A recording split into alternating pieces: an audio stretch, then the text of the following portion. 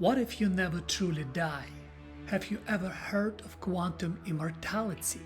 Let's explore this fascinating thought experiment. The core idea of quantum immortality stems from the many worlds interpretation of quantum mechanics. According to many worlds interpretation, every quantum measurement causes the universe to branch into multiple parallel timelines, one for each possible outcome. Crucially, all branches are equally real. There's no way function collapse into a single outcome. Now, suppose you are about to die. From the many worlds interpretation perspective, there will always be some, often extremely low probability branches in which you survive. The cancer spontaneously remits, the gun jams, you narrowly miss a fatal accident.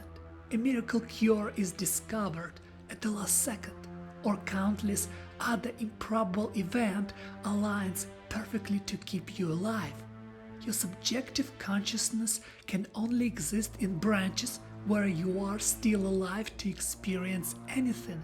Therefore, no matter how old you become or how many near-death events you face, you will always find yourself in one of those vanishingly rare surviving branches. From your personal perspective, you become functionally immortal. Death never happens to you, even though in the overwhelming majority of branches you die normally and your friends and family grieve. This is why the concept is called quantum immortality.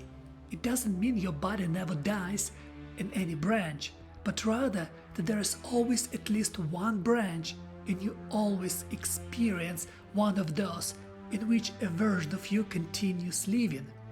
A natural question arises: how would you test this theory?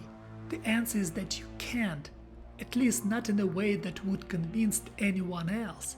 If you tried the classic quantum suicide thought experiment, for example shooting yourself with a gun whose firing is tied to a quantum random event, the gun would misfire in an infinite number of times from your perspective, while any external observer would almost certainly see you die on the first try.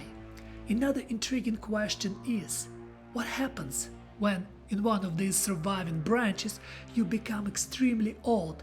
Perhaps, at some point, humanity discovers a genuine cure for aging, or maybe we reach the technological singularity and learn to upload our minds into a computer-generated reality.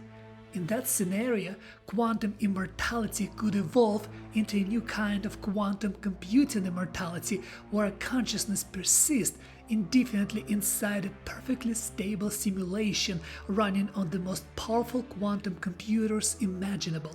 Some even speculate that we might eventually transcend biology entirely and become pure artificial intelligence.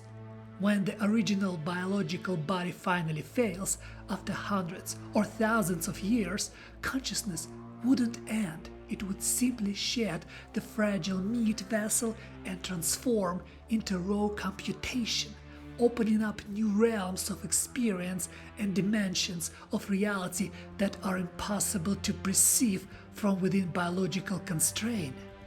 Something deep inside me strongly suggests that we never actually experience our own death. We only ever die in the eyes of others.